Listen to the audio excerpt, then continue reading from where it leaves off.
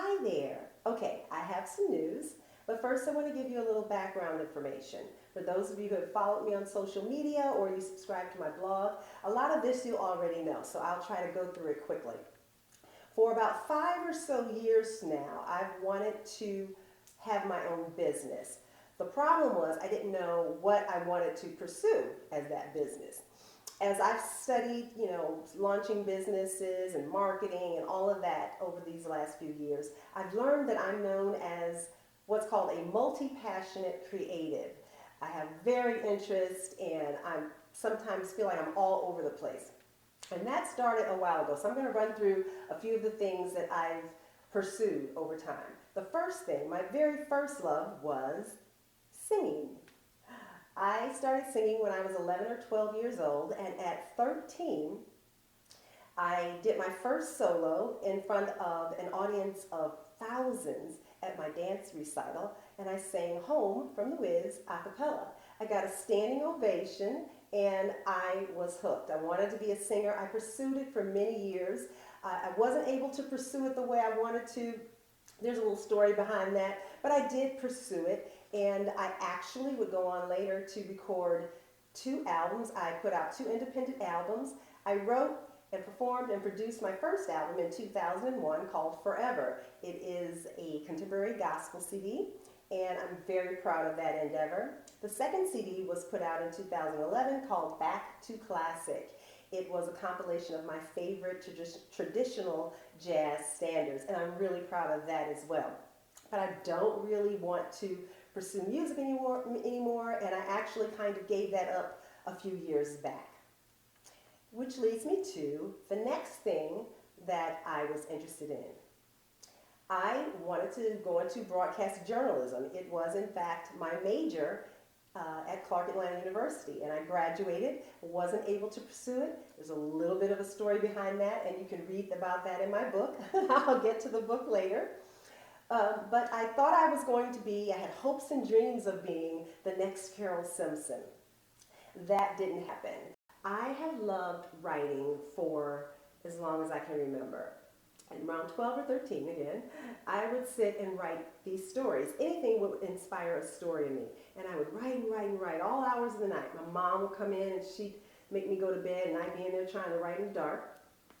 But I wrote these stories. I have no desire of publishing any of them. I still write to this day and I reread them. That's a great, that's a big joy for me.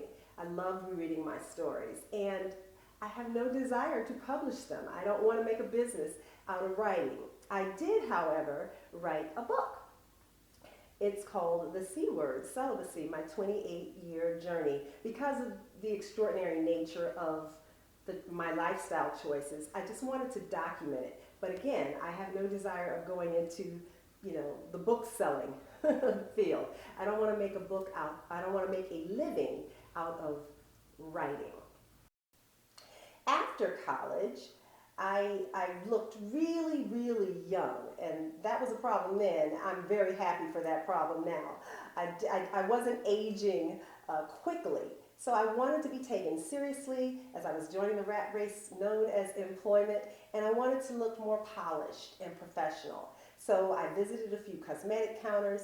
They made me look like a clown. I mean, literally like a clown. So what I did was I subscribed to Essence Magazine and picked a few looks that I loved and just started playing with it. And I taught myself how to do makeup. And I got so good at it that my friends noticed and wanted me to do their makeup, and they were willing to pay me for it. So that was the birth of my very first side hustle. But I did makeup for 20 some odd years, and I stopped for good around 2018. I don't do makeup application anymore. I do love to teach though, and so I continue to teach, and I will help friends and family out from time to time. So that leaves decorating. Okay, so my earliest memories of decorating, some sort of decorating, is around 6 years old. My parents would take me and my brother along to visit their friends. And of course their friends had kids, and we'd all be, shipped off to their room to play. But before I could play, I had to clean up the room and then take inventory and organize the toys, because I had to create my little space. That was the first sign that decor was somewhere in my future. And as I continued to grow up, my room was my source of inspiration for decorating. I would rearrange my room and reorganize my closet. I'd borrow items from the house, and my mom would get mad. She'd come in and she'd be like, "Is that my vase?" But that was the other sign. And then as I got older, I loved seeing all of these glamorous and gorgeous decked out rooms in magazines. But early on, I had no money for decorating and spending on pillows and lamps and things like that. So my gift for decorating, if you will, was born out of lack. And resourcefulness kicked in, and there you have it. Decorating is my number one passion. I can do that all day. It's effortless for me, and I just absolutely love it. And I want to share it with everyone else. So I've launched Ingrid Bohannon Interiors Staging, Styling, and Organization, designed to help realtors and homeowners sell homes quicker and for more money. It's also for those who may want to recreate those Instagram and Pinterest-worthy spaces for themselves, but may not have the high-end budget or just don't know where to start. It's also for those who are looking to declutter and bring some order to those interior behind closed door spaces like cabinets, closets, pantries, and even garages without breaking the bank. So why now?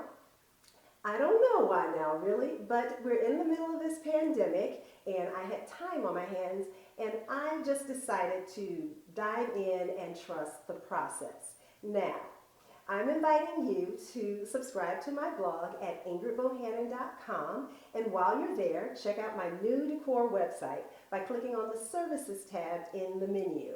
You can also follow me on YouTube because I will be posting more videos this year, and you can follow me on Instagram if you aren't already. If you're in the Phoenix area though, and you're looking to put your house on the market, or you have finally decided to tackle that room you keep the door closed to, or you made New Year's resolutions to reorganize your kitchen, shoot me an email via the contacts page and let's get started and have some fun. In the future, I will be taking clients out of town, but not until this pandemic is through with us, so stay tuned. In the meantime, be safe, wear a mask, take care, and remember, if you want to, you can live glamorously from the inside out.